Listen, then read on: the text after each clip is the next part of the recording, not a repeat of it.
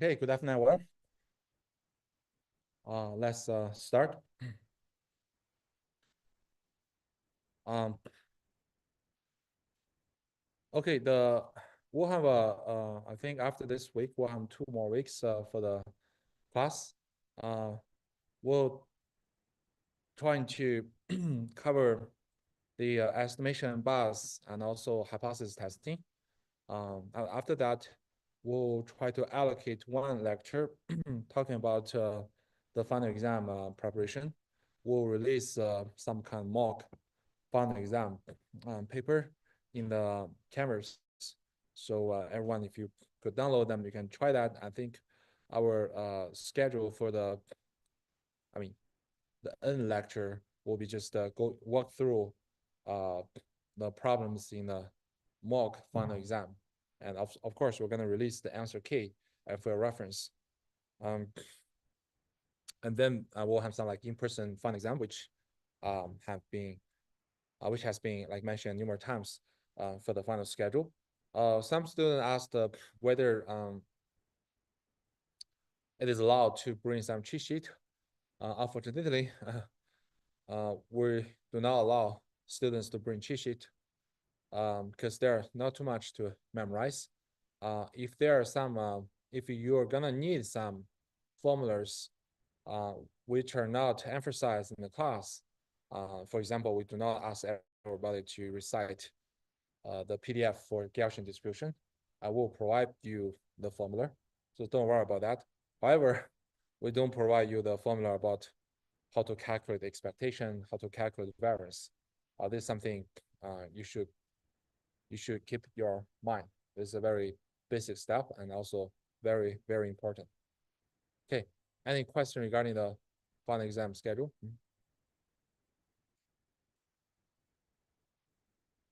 Will there be what?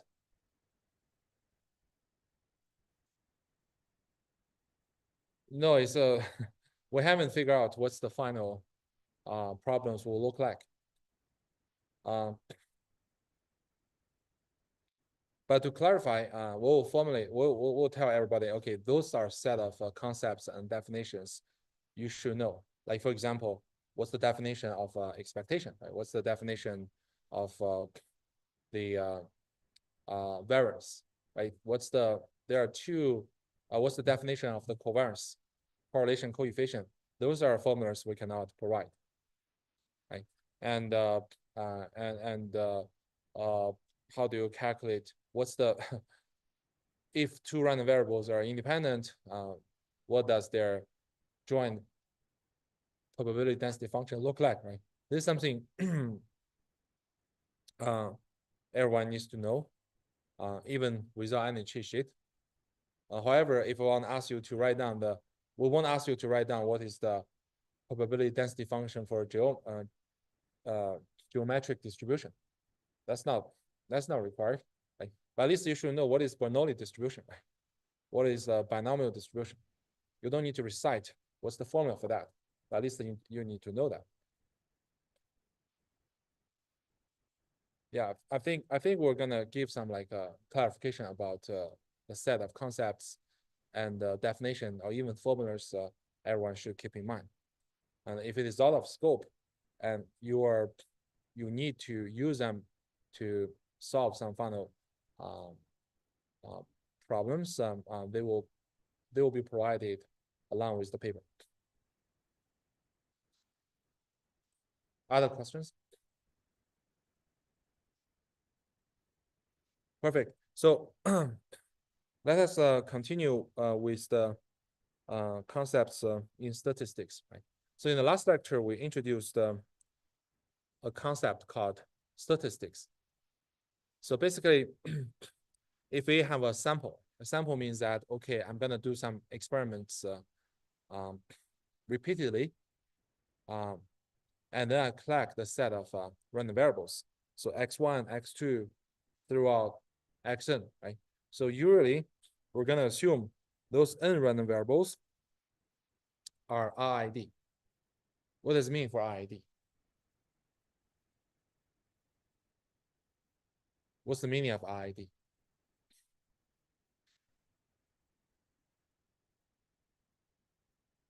Any thought? It is a short for independent, identically distributed, right? So that basically means, okay, all those n-random variables they follow exactly the same distribution, but they're independent to each other. Right? For example, if I flip the coin independently for 100 times, and for each flipping, I'm gonna say some outcome, like heads up or tails up. I can define that as a random variable. Now I have 100 random variables. And we could assume, okay, this 100 random variables are RID because they all follow the same distribution, which is a Bernoulli distribution, right?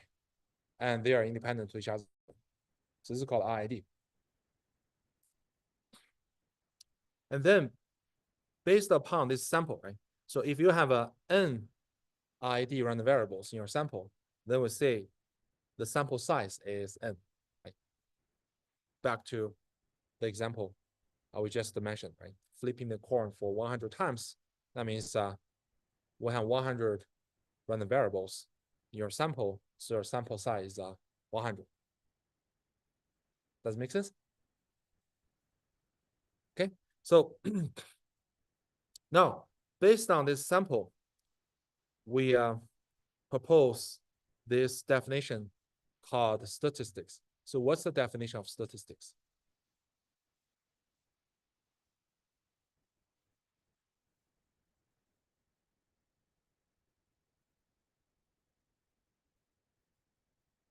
Any guess or any hint? What's the definition of statistics? Yeah. Yes, exactly, right? Statistics is just a function. It's a function over all the random variables in that sample. That is called statistics. So when you say this word, don't get confused or don't feel it's a miracle. It's actually just a function. And of course, we have a variety of ways to define this function that lead to numerous so-called statistics. Right? So we have introduced the several commonly used statistics. One most commonly used statistics is called sample mean and sample variance. Right? So what does sample mean? As we write here, the sample mean is simply the average of the random variables in your sample. Right? Say you have n random variables in your sample, right? So I take the average. This is called sample mean. Okay. So here is one crucial point you should be aware is that the statistics, right, you already denoted as t, which is a function of this random variables in the sample. The statistics itself is also a random variable. Why?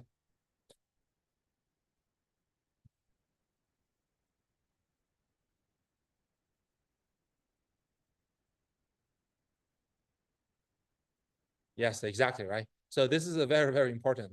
Otherwise, you're gonna get lost when we talk about hypothesis testing or confidence intervals, those kind of stuff. The reason the statistics t is also random variable is because it is a function of multiple random variables, right? A function of random variables is also random variable. That's why the statistics is random as well. And using our intuition, you can imagine like, okay, I do this experiment for 100 times. I collect x1 through x100, right? I can calculate some statistics. I got some value, say 0.7 this time. But I can do another set of experiments. That is, I randomly flip those 100, the coin for 100 times again. Right? I got another values of this x1 through x100.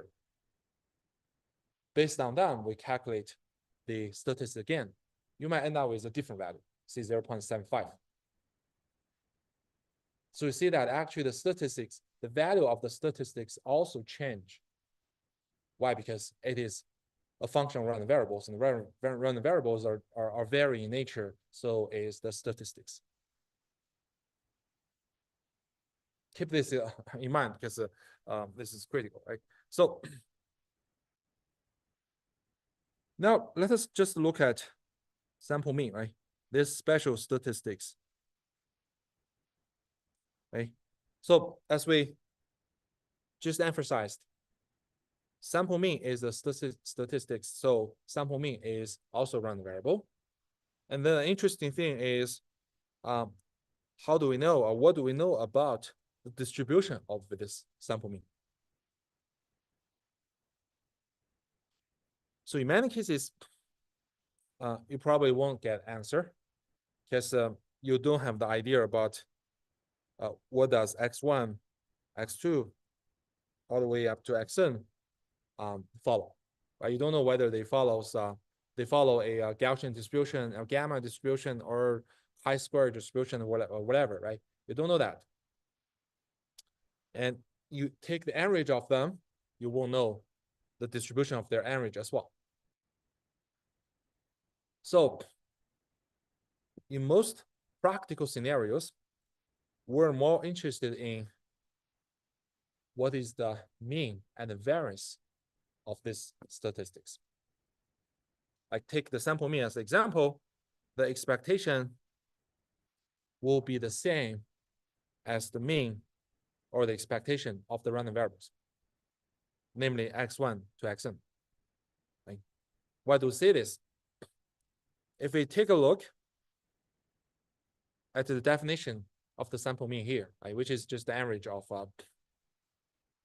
this n ID random variables, then if you calculate the expectation here according to the linearity of the expectation, you can calculate expectation of each random variable first and then average them.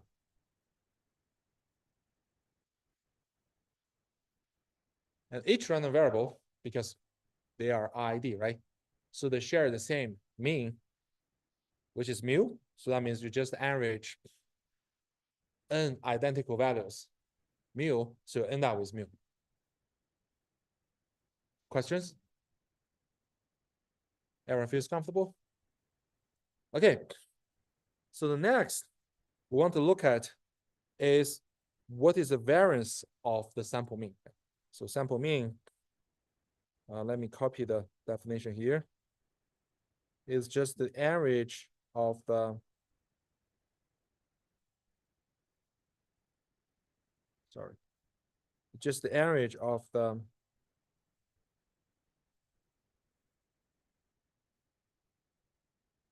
n ID random variables, right? So we want to look at what's the variance of the sample mean.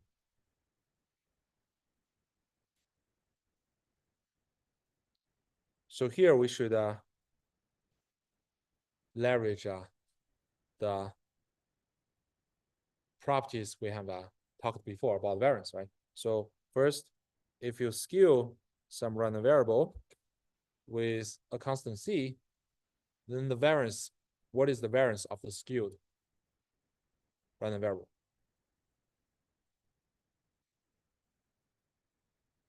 Any thought?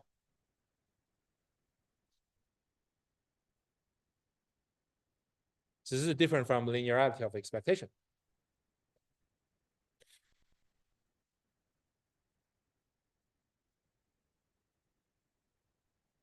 Any thought?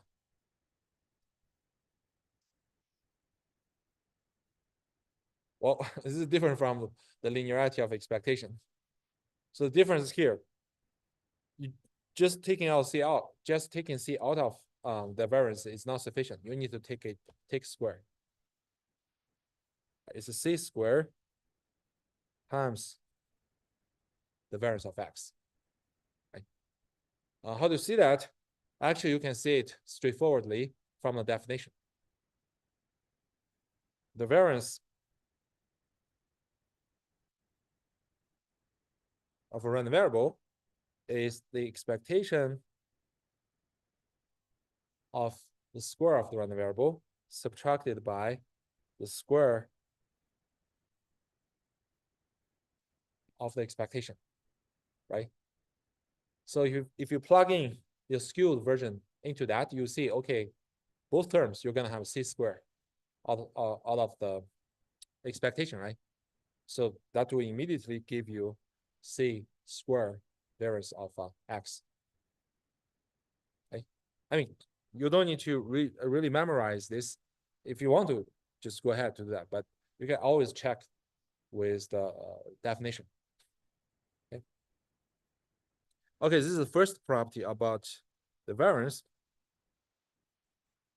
A second property about the variance is the addition. If I add two random variables, x and y, and calculate their variance, what's the result? Can we write it as simply the summation of variance x and variance of y?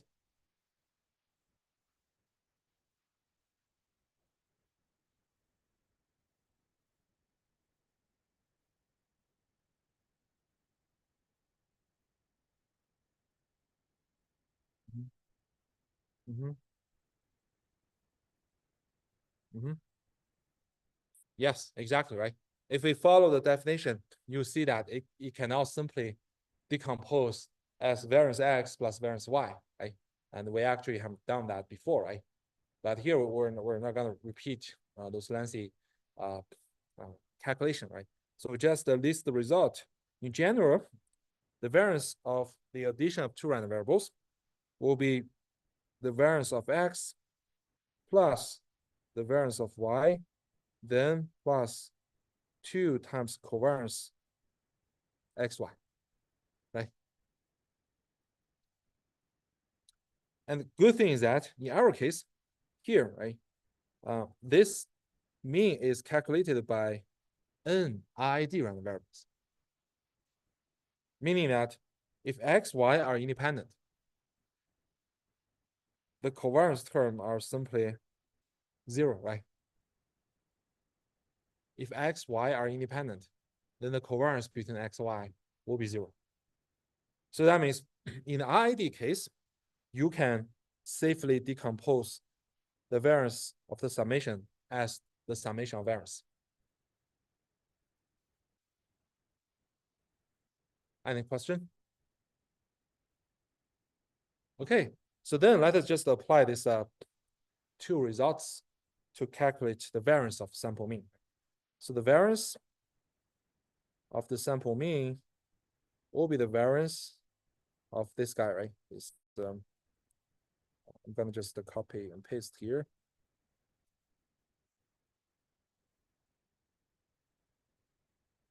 The first rule we're gonna leverage is that, okay, we know that if you skew the variance of a random variable, so here we will the summation of all xi's as a random variable, you skew this random variable by 1 over n. So you want to take 1 over n out. That means you need to take the square of 1 over n, right? And then you do the variance for the remaining random variable, which is just the summation from x1 to xn.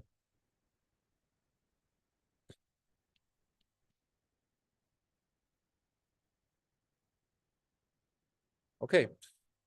Then, because x1, x2, x3 until xn are all independent to each other, so we can leverage the second property.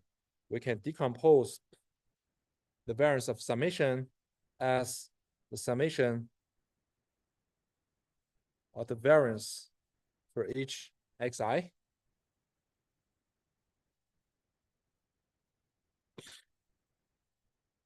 So remember, variance of xi are the same, right? Because x1 through xn are all identical to each other. So the variance of xi is simply sigma square, right? The sigma square is the variance of each random variable, xi. So now you add sigma square for n times. So that basically give you n times sigma square, right?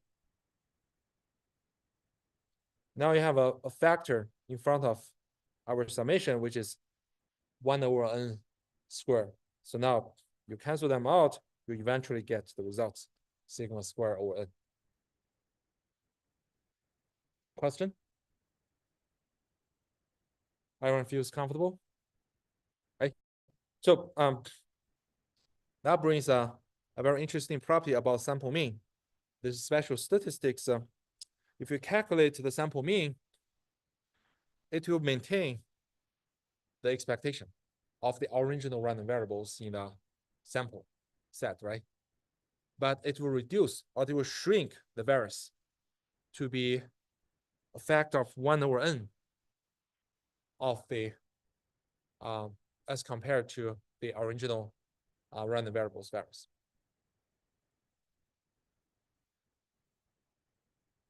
That's a very, very useful property, especially if you want to use sample mean to do a lot of like statistical estimates to help you reduce the uncertainty.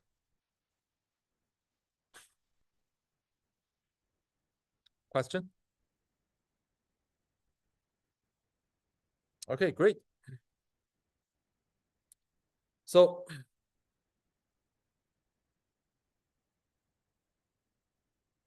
as n gets larger, I mean, the size of the sample, right? Or number of the random variables in the sample, I mean, they're both the same, right? So the sample mean will approximately follow a normal distribution with mean mu and the variance sigma square O(n). So we just put the conclusion here. So later we'll give a formal version of this. This is called the central limit theory.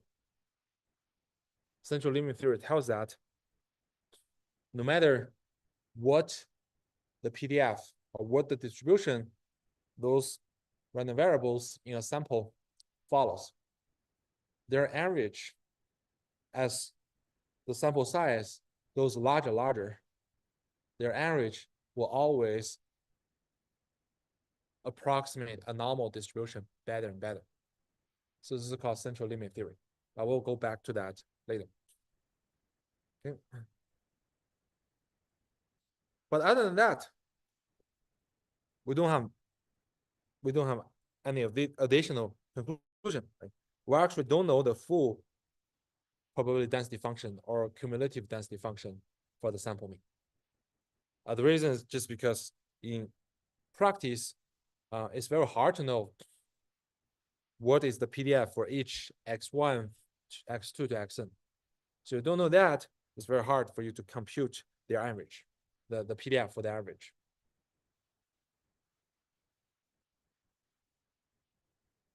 Okay. However, if we assume each random variable in the random sample follows a normal distribution, then the exact distribution of the sample mean will guarantee to be normal.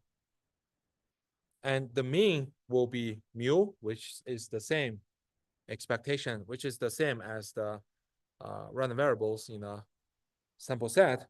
And the variance will be sigma square O(n), which sigma square is the variance of each individual random variable in the sample set. Question?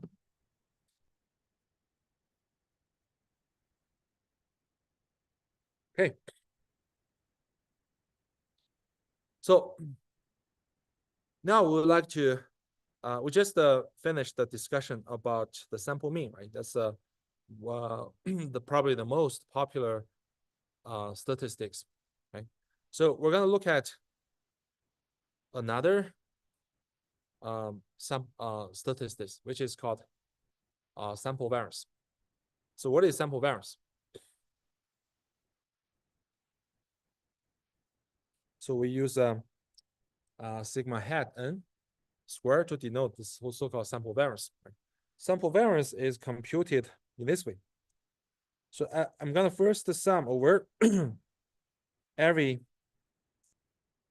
random variable in the sample set Each segment is random variable subtracted by the sample mean and take square. And the summation will be divided by n minus 1. So this is called a sample variance.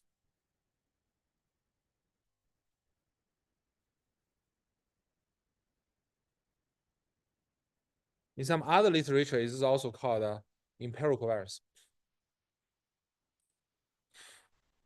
So to know what kind of distribution the sample variance will follow, we would like to first introduce this distribution called chi-square distribution.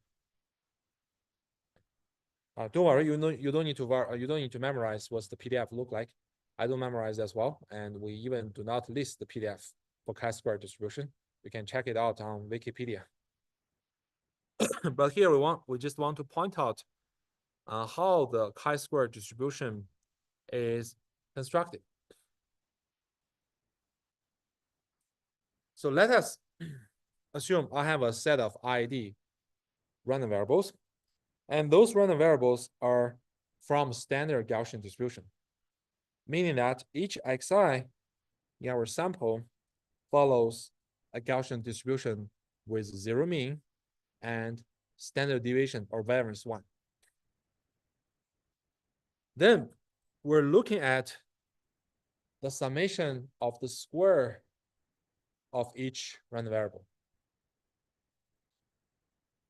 which is denoted as y. Does make sense?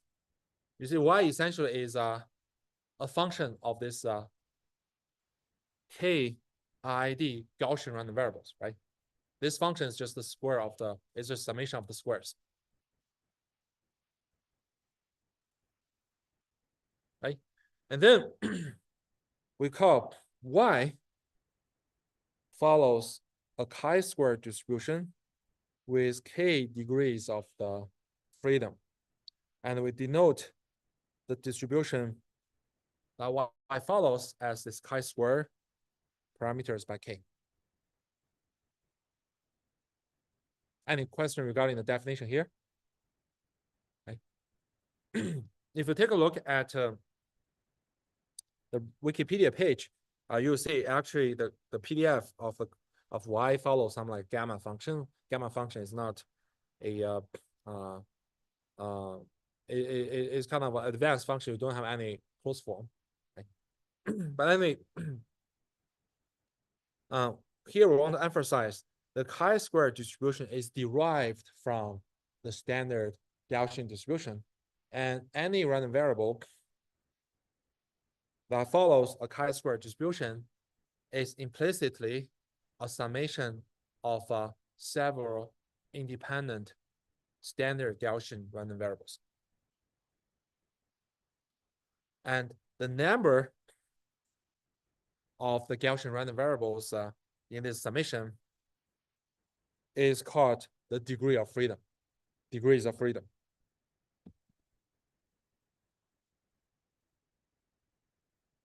Question? Okay, yeah.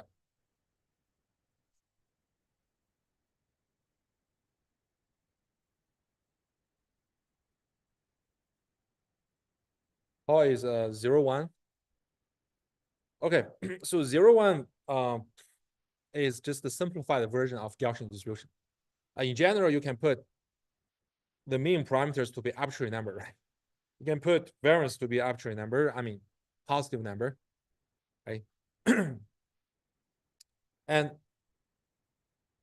it turns out that the Gaussian random variables with arbitrary mean and variance can always be represented by a linear transformation of a Gaussian random variable with 0 mean and 1 as the variance. That's why this is called a standard Gaussian distribution.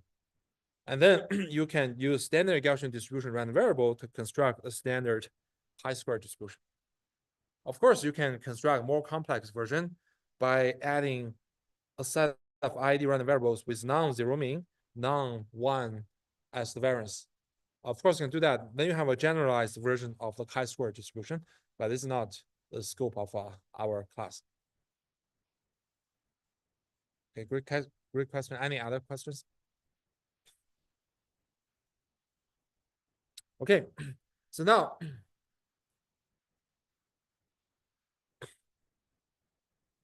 we want to give our conclusion about the sample variance. So the sample variance, as we probably I want to follow here, like I use SN square to denote the sample variance, which can be defined as 1 over n minus 1 summation from 1 to n xn subtracted by the sample mean and take square, right? So if each random variable, sample, random sample set follows a Gaussian distribution with mu and sigma as the mean and the variance respectively, then the sample variance, which has this form, will follow the so-called skewed chi-square distribution. What does it mean? It just means that if I divide my sample variance by sigma square and then multiply the sample variance by n minus 1, this new random variable, this skew random variable, will follow a chi-square distribution with n minus 1 as the degrees of the freedom.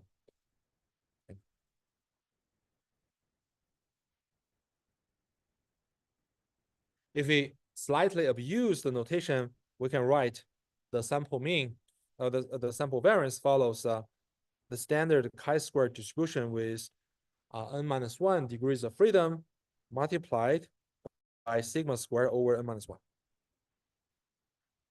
So don't ask me how to derive this. This is just some conclusion for your reference and give you a sense like how those statistics its distribution is different from the original random variable. Right? So when we talk about the sample mean, and if your random variable follows Gaussian distribution, of course, then that's good. The sample mean will also follow a Gaussian distribution, but the variance will be shrink by a factor of n.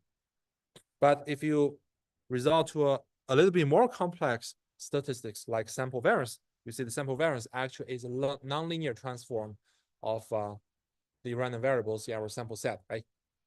And then you see the sample distribution changes a lot. Is if those xi's are Gaussian random variables, then your sample variance will follow this so-called skewed chi-square distribution. This is like a still pretty simple solution, right? If you resort to more complex statistics like ranking statistics or medium, the distribution will take way more complex form.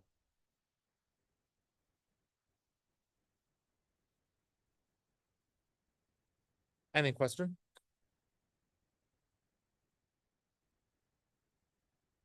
Everyone feels comfortable? Again, you don't need to memorize what does this chi-square. What's the PDF for that? You even don't need to memorize what is the scaling constant, but you just to know, okay, when my RID random variables follow a Gaussian, then the sample variance will follow some kind of version of some version of the chi-square distribution. Okay.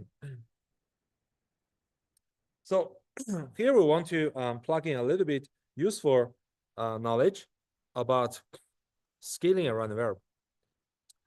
And suppose we have a random variable x, and the probability density function is denoted as f. Right? So if I skew my random variable x by a factor of k, right? K can be actually non-zero number. Right? So how do we calculate the probability density function of Kx. So the formula is given here.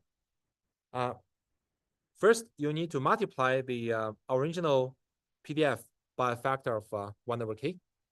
And second, in input to this PDF, you're gonna you're gonna divide x by k.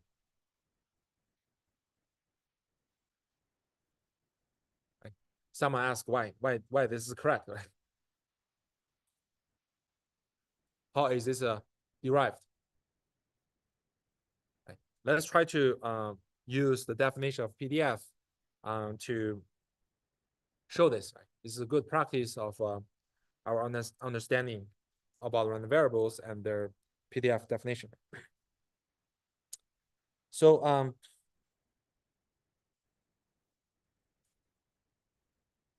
for convenience, let us denote the skewed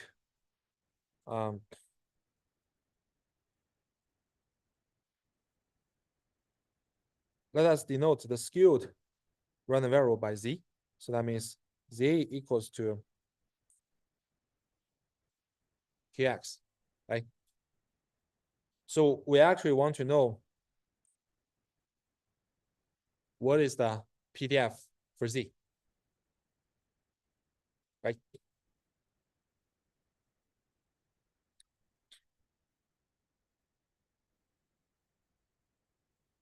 So how do we get the PDF for z?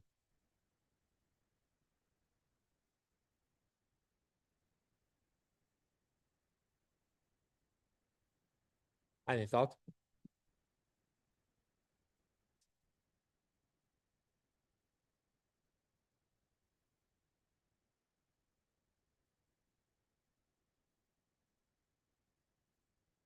What's the definition of PDF?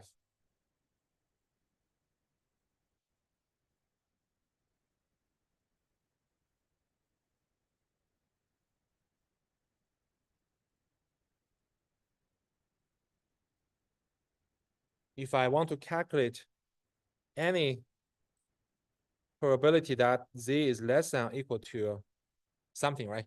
See, let me use maybe alpha, right? Then this should be represented as an integration, right? Integration from minus infinity to alpha and with the PDF z or d of z. Does it make sense? Right, this is the definition of the PDF. Of course, you have to assume the PDF is always positive, and from the range, the integration from minus infinity to infinity is 1, right? So we're gonna start with this definition.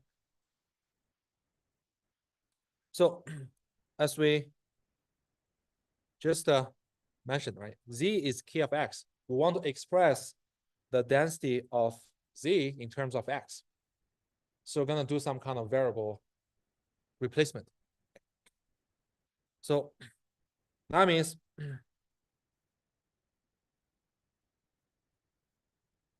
to calculate this probability, you're doing an integration from minus infinity to alpha. Then you're gonna integrate k of x, right? You can calculate k of x because z is k of x. And dz actually is d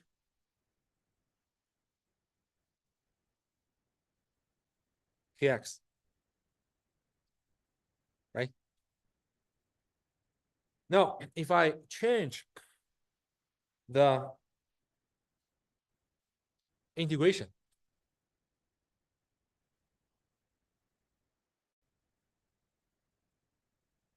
variable from z to x, we're not only changing the function in the integration, right? We also need to change what?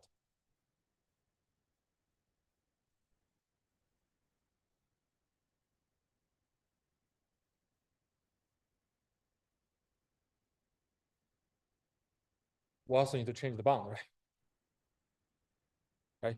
So the bound will be when z equals to alpha, what is the value of x?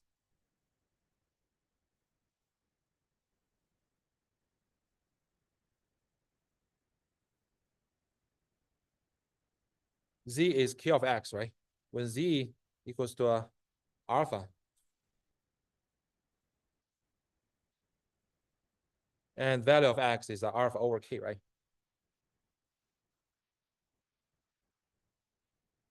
Does make sense? Right? So you're gonna have a, if you write this guy in terms of integration in terms of x, it becomes one. Of course, when you have minus infinity as the lower bound, and when z equals to alpha minus infinity, x will also be minus infinity, right? So now you have a change it from minus infinity to alpha over k and f k times x, and then k times d of x, right?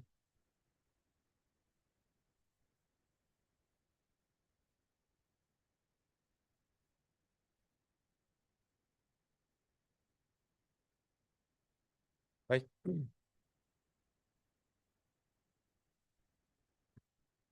And then if we want to calculate the PDF, what should we do?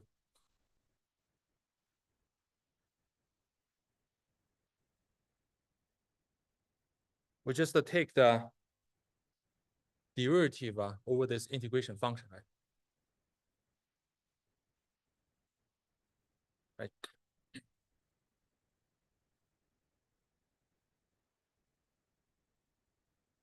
So if you take a derivative over this integration function, that means this guy, you're going to take derivative over alpha, right? So here you write it in terms of dx, you're going to take this over d alpha. If you want to take this as d alpha, you see the upper bound is alpha over k. So that means you can now simply take the derivative. You have to take d alpha over d, or take d alpha over k, and then take, we can use chain rule here, right? So take this guy over d alpha over k, and then takes d alpha over k over d alpha. So the last one is simply 1 over k, right?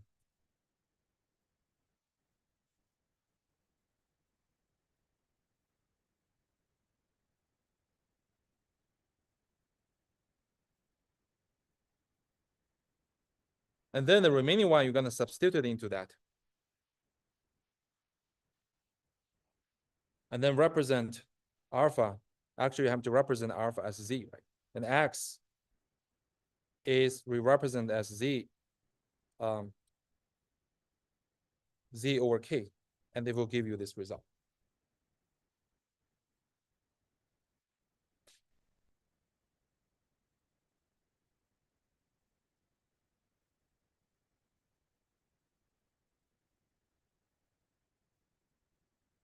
Okay, let's rest for a few minutes and then we continue.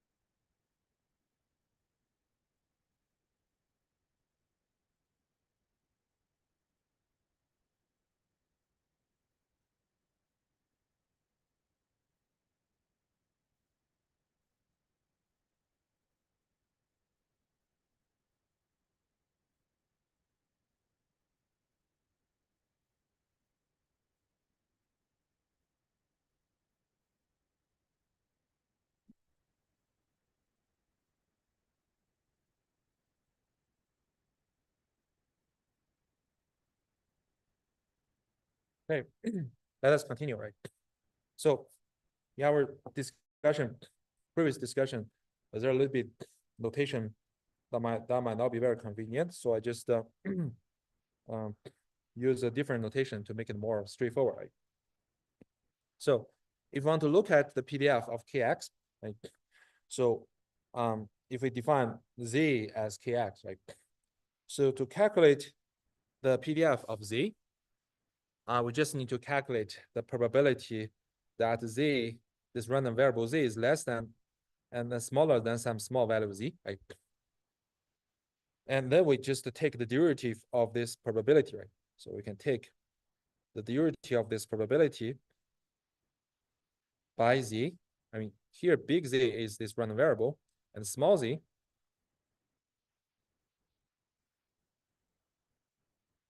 is the value, right? You just take the derivative of this probability with respect to z, you got the PDF, right? And because z is k of x, so that basically means that, okay, you want to calculate the probability k times x less than or equal to z. Does it make sense? Right? So that basically means like we require that x less than or equal to z over k. And then because we know what is the PDF for x, right, which is fx, so this probability can be calculated by directly integrating fx from minus infinity to z over k, right? This is actually the so-called alpha, right? Alpha over k we just mentioned. So then we have now get to the probability, the random variable z less than or equal to some arbitrary value z, right? Will be this guy, right? And to calculate fz, the PDF of z, we just need to take the derivative of this probability over z, right? Does it make sense? Right. And then that means we want to calculate the derivative of this integration function. So the key thing here we should be aware is that this is a function of z, but z only appears in the integration upper bound, right? It is not inside the integration function itself, right? It's just a function, the z, the influence of z is just here, right? Is in the upper bound of integration, right? So if we want to calculate derivative, we use chain rule. That means we can first calculate the derivative of this integration over z over k, then times dz over k over dz, right? Does it make sense? And why I want to first calculate the derivative of this integration over with respect to dz over k, because if you do this, you treat this as a whole, right? Then the derivative of this integration function is simply you evaluate the integration function, the integral at the upper bound z over k. Right? That's the calculus one's content. Right? If you feel uncomfortable with that, then no worry, it's just an open textbook. It's just the result. And then the last one is that, okay, I'm gonna look at the derivative of z over k with respect to z, which is 1 over k. Does it make sense? Now you see z, you just replace z by x, you get this form. Question?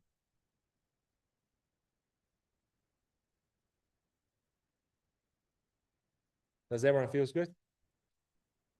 Yeah, if you don't know, so here's the common formula that if you got integration function looks like this. And if you calculate derivative with respect to x, x is upper bound, then it's simply the integration function evaluate at x. So this is a this is the knowing result for the for calculus.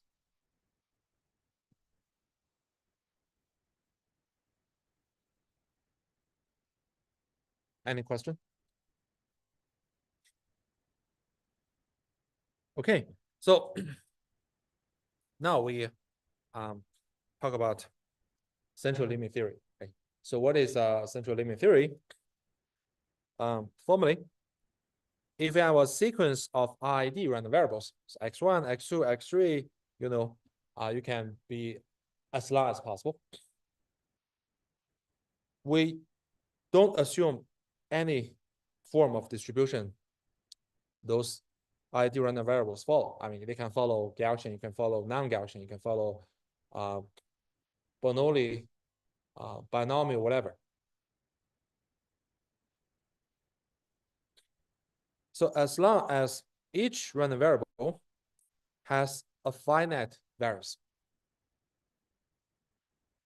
and finite mean, then in the limit, meaning that number of variables, number of ID random variables tends to infinity, then the statistics. So here, again, this is the statistics, is a function of those n random variables. Okay? The statistics take the form that as the sample mean subtracted by mu divided by sigma over square root n. N is the number of the random variables in the sequence, will follow a standard Gaussian distribution. By standard Gaussian distribution, it means that the mean is 0 and the variance is 1. So this is called the central limit theory. The central comes from I'm kind of doing average of this n ID random variables. And limit, of course, the theory is telling us about the limit case, right? When n tends to infinity, then what does the distribution of this statistics look like? Okay, let me repeat again, right? So suppose you have a sequence of ID random variables, x1, x2 through xn, and you can make it to be arbitrary large, arbitrary number of the ID random variables, right? As long as those random variables have finite mean and variance, then we can claim that if you keep adding ID random variables until the number of random variables tends to infinity, then you subtracted the sample mean of this n random variables by mu and divided by sigma over square root n will tend to follow the standard Gaussian distribution. So this is called central limit theory. Question regarding understanding the statement of the theory. All right, feels good? Okay. Here we want to use some like a rough, it's not that super precise, but intuitive language to explain that. It's like if you do experiments, suppose you're doing experiments independently, right? So you're gonna collect a collection of observations, right? And the more experiments you do, and then the average of the sample mean, the average of those outcomes and subtracted by this guy and this and divided by this guy will look more and more like a Gaussian random variable. That's the idea. And the Gaussian random variable, we know its PDF has this very beautiful bell curve. So that means like as long as in practice, right, there could be many random phenomenon. You don't know what is the underlying distribution, what is the governing PDF. You don't know that, right? But as long as you know, okay, this particular random variable of interest can be viewed as some kind of like averaging from a large number of the small random effects. Then you can roughly view this random variable follows some Gaussian distribution. That's why in practice, many random variables are just modeled as a Gaussian distribution. That's the justification, the central limit theory.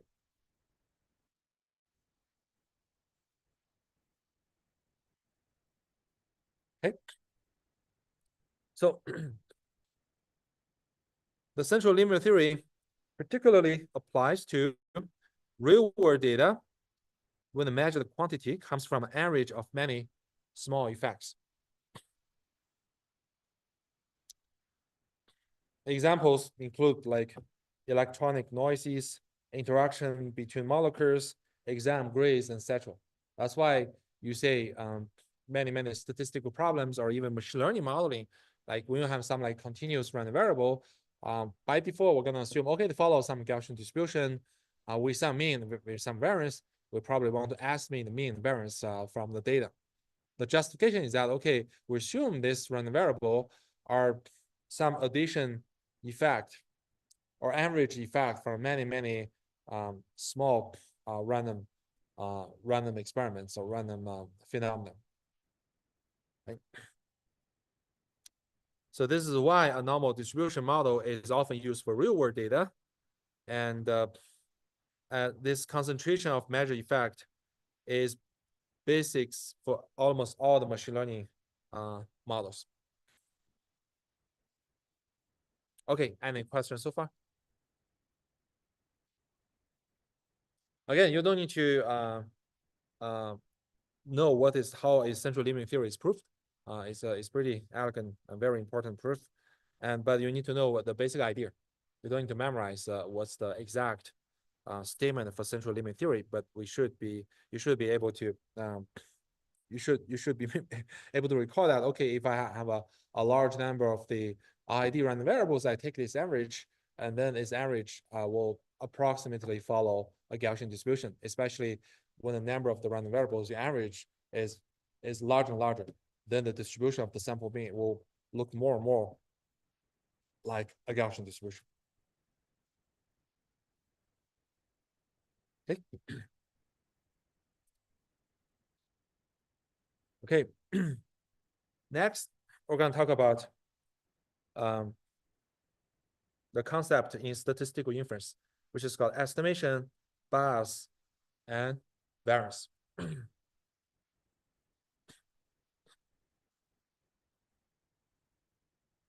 So far we have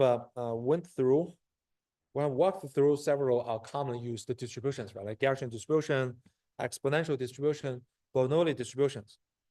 All those distributions we've discussed have some parameters, right? So different parameters values will give you a different instance or instantiation of that distribution. For example, for the Gaussian distribution or the normal distribution, you got the parameters mu and sigma square. Right? Mu, as we mentioned many times, is called mean parameter, and sigma square is the variance parameter. And the interesting point is that when you calculate the mean and the variance with the normal or Gaussian distributions PDF, it will give you exactly mean as mu and variance as sigma square. And for the exponential distribution, it is parameterized by this rate parameter lambda. Okay. So the PDF looks like,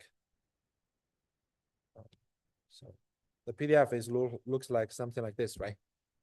There's the PDF for exponential distribution. And for Bernoulli distribution, it is parameterized by the probability P, right? What is Bernoulli distribution is like, okay, you flip a coin, right? You have two outcomes, either heads up or tails up, and you have some chance to say heads up, some chance to say tails up, right? The chance to say heads up is the probability P. So these parameters are constants, right? And in many cases, we make a reasonable assumption about the data's distribution. Say if you flip the coin for multiple times, you say heads up, tails up, heads up, tails up, right? I make a reasonable assumption. I assume, okay, those outcomes are following a Bernoulli distribution, right? But we don't know, what we don't know is the parameter which fully describe the PDF. Right? What is the probability P? Once I know the probability P, I know exact the distribution, exact the PDF of that distribution for those random variables, right?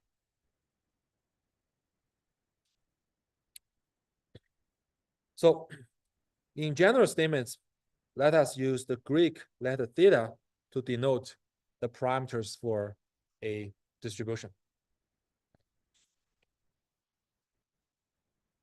So in practice, when we collect some data from some random experiments, for example, the flipped coin, when I see a bunch of heads and tails, I can assume this follows some certain distribution.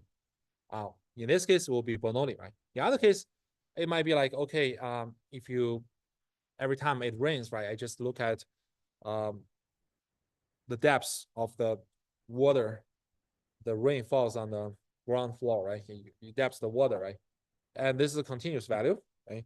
I want to assume, okay, all those observations follow some Gaussian distribution. So you have a, you assume our data follows some certain distribution, say normal distribution, right? And then the next task is to estimate its parameters. For example, for normal distribution, you want to estimate mu and the sigma square, the mean and the variance parameter. And for Bernoulli distribution, you need to estimate the probability p, right, from your observed data. And for example, if I flip the coin for 10 times, and from which I observe the 6 times heads up, right, and 4 times tails up, right, I'm going to use these 10 observations to estimate what is the probability p that decides my Bernoulli distribution.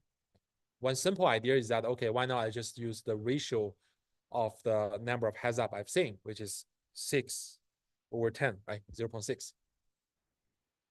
And for the Gaussian random variables, I may be, okay, maybe throughout this year, you have seen the rains for 10 times, right? And for each time, you kind of observe the depths of the water, maybe in your meteorology device, right? So you might say 1.2, 1.3, 0.9, 1.9, and so on, right? Then we're going to use the observations collected from the measurements to estimate what is the mean and what is the variance. And the most commonly used approach for the estimation is to use sample mean to approximate mu and use sample variance to approximate sigma square. Right. I will discuss why this those estimates are reasonable later. Right? But here's just to give you an example, like how do we leverage the random variables in a random sample to estimate the parameters of those distributions. Okay. So here we define the so-called estimator. So let x1 to xn be ID, independent, identically distributed random variables from a distribution with parameter theta, right? And we come out some estimator. We denote this estimator as theta hat, right? And as we know, right, the estimator essentially is the type of statistics. Right? It's a function of the random variables, right? And those random variables are observed or measured from our random experiments, and then we throw out those random variables values through this statistics T to get our estimator.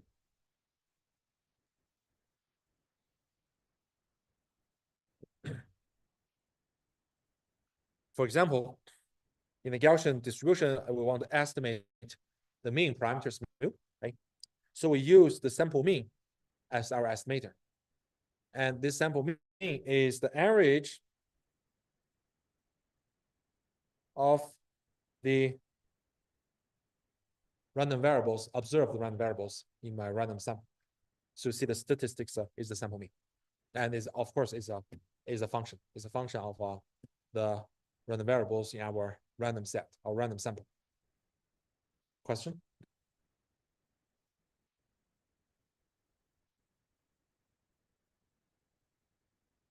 Okay. So here comes to our emphasis on the statistics. Because our estimator is a function of the random variables we observe from the experiments, right? So that means the estimator itself is also a random variable. Estimator itself is a statistics, right? Statistics is a random variable. Of course, estimator is a random variable.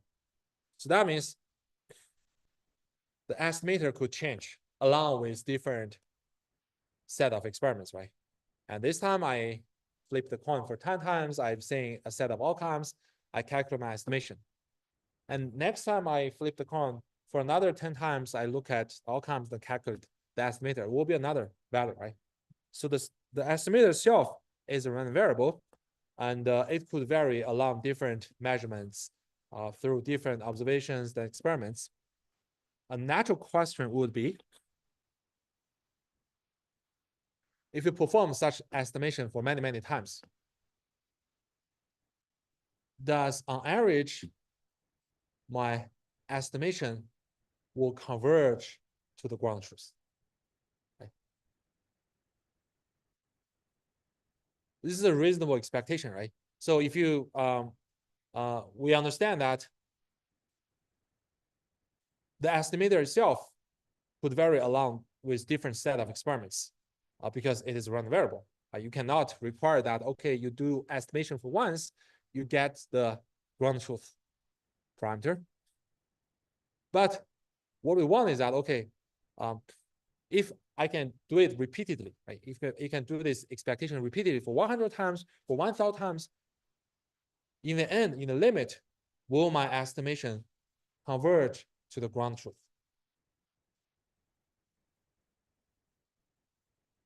If that's the case, we call this estimator as an unbiased estimator.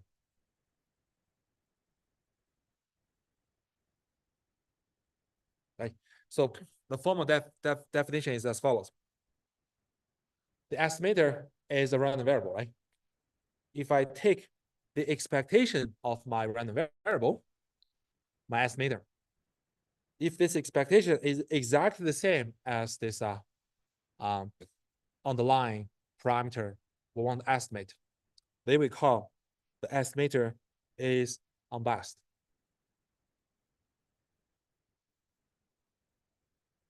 Does it make sense? Right? So this is suppose this is a ground truth, right?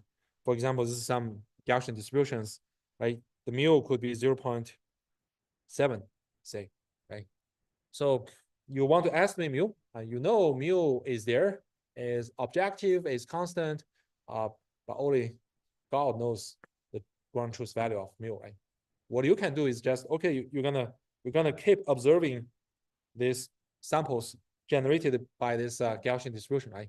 Every time you probably just take 10 samples, then you take the average. This is called sample mean as an estimation, right? As we mentioned, this sample mean could vary for different rounds of experiments. In the first round of experiments, we might get sample mean to be 0.65. And next time you might get sample mean to be 0.75. And next time you might get 0.8, right? You could, because of the random nature of the estimator, you cannot guarantee like you just do once, you can directly hit the ground truth 0.7. But if we can show that the expectation of my estimator, meaning the expectation of my sample mean, will eventually be 0.7, then we should say, okay, we can safely use that because it is unbiased. That basically means that, okay, if you could take out those samples for many, many times, like for infinite amount, then your estimator will be exactly the ground truth 0.7.